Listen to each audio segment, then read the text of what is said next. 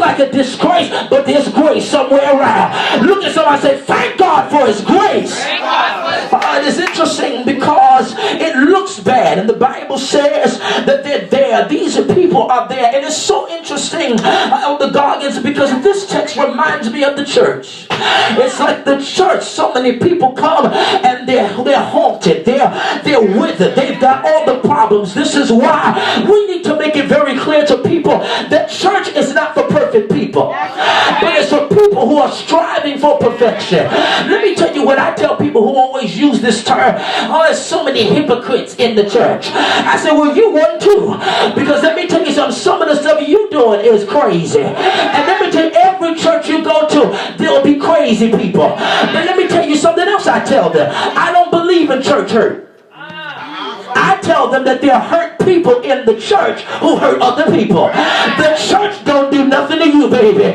God has never called the church to hurt you. Look at somebody and say, thank God for the church. The church. And so many people, I find, Bishop, in the Bible that Jesus ministered to was going through all kinds of stuff for many years. There was a woman that had an issue of blood for 12 years. Can you imagine being in a situation? This woman, she's bled for 12 years, which means she can't get near her husband. She can't be near her kids because she is known as unclean. But this man has been there for 38 years. Well, when I did some studying, I found out that 38 means slavery. Can you imagine there's some of us in here that have been slaved to some of the stuff that the devil has you in? But look at somebody and say, neighbor, I ain't no slave. Y'all looking at me, and I said, look at your neighbor and say, neighbor, I've been in this long enough. It's time for me to come out of what I'm in. I need to look at somebody else. They didn't believe it. Look at somebody and say, neighbor, it's time to come out of this. 38 years is a long time. He's been in slavery with this condition. But this is the thing that most preachers mess up this text. Thank God for Nyack College. Taught us how to be expository preachers. You have to look at the text. The Bible says, Elder Goggins, that Jesus saw him lie and knew he's been there a long time. Many people don't understand how long you've been there, but aren't you glad that God knows how long, Crystal, I've been in this situation? Missionary Tina, he sees that you've been crying long enough. He's been seeing you've been struggling long enough. And Jesus asks him a question. He says, will thou be made whole? One of the problems I have, Elder, is that he asks the question to this man, and it's just like church folks. They're just new birth. Listen to what he says. But check this. The Bible says the impotent man. Impotent. Okay. Let me help you. Many people say that this man could not walk. That's wrong. He was impotent. Well, what is impotent? It means unable to take effect in action. It is helpless or powerless. Watch this. Unable to achieve a sexual erection. In other words, there are many people in the church who are spiritually impotent. They do not have any strength to make love to the God of their salvation. They don't have any power or any strength to have intimacy with God. And it's a problem when you come to church and can dance but can't tithe. You can dance but can't speak to your neighbor. You're impotent. Look at your neighbor. Say, neighbor, are you impotent? Because some people are impotent. They're very impotent. They don't know how to speak to nobody. They can speak in tongue. They can preach but got attitude. Look at somebody, say, impotent. This man can walk. Somebody push me. God called me to do this, I'm going to do it. Where the preacher's at? He called me to do it, I'm going to do it. The armor bearers, whatever he called me to do, I'll do it. Look at somebody, say, just do it. Just do it. He's impotent. And an excuse. The excuse he gives Tanisha is, sir, he said, I have no man when the water is troubled to put me into the pool. Pastor Patterson, this is the problem. We're waiting for people to get us to where we gotta go. When it's God who's willing to get you there, but you're waiting for other people. Look at somebody and say, grow up. You got to get to a place where people is not your only option. You got to get to a place where you say, God, I believe you can do exactly what you said. Look at somebody and say, stop being impotent. Stop being impotent. Not only impotent, but there's halt there. What is halt? It means to walk with a limp.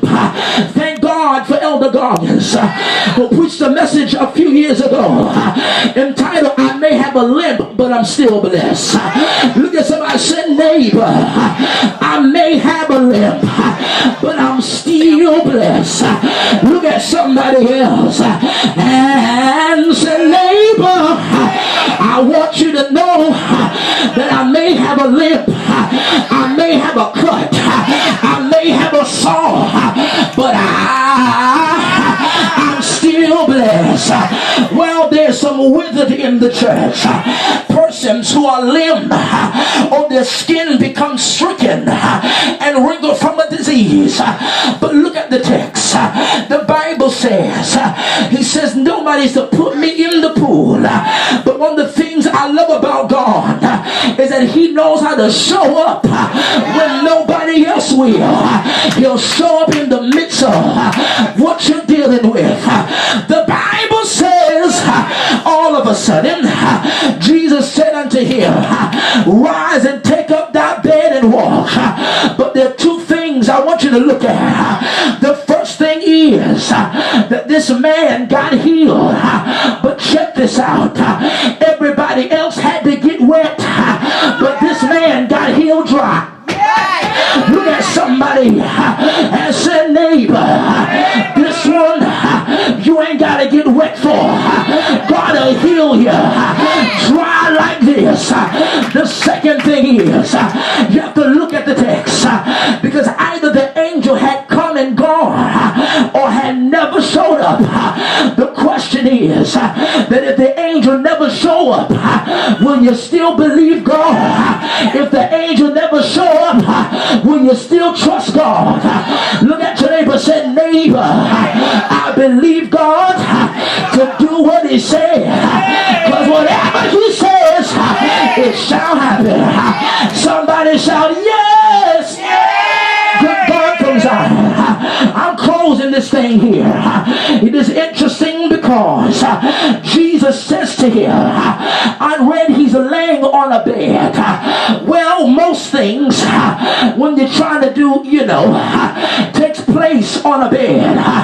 He's laying in the right place, but can't do nothing. The worst thing to be is lost in the house.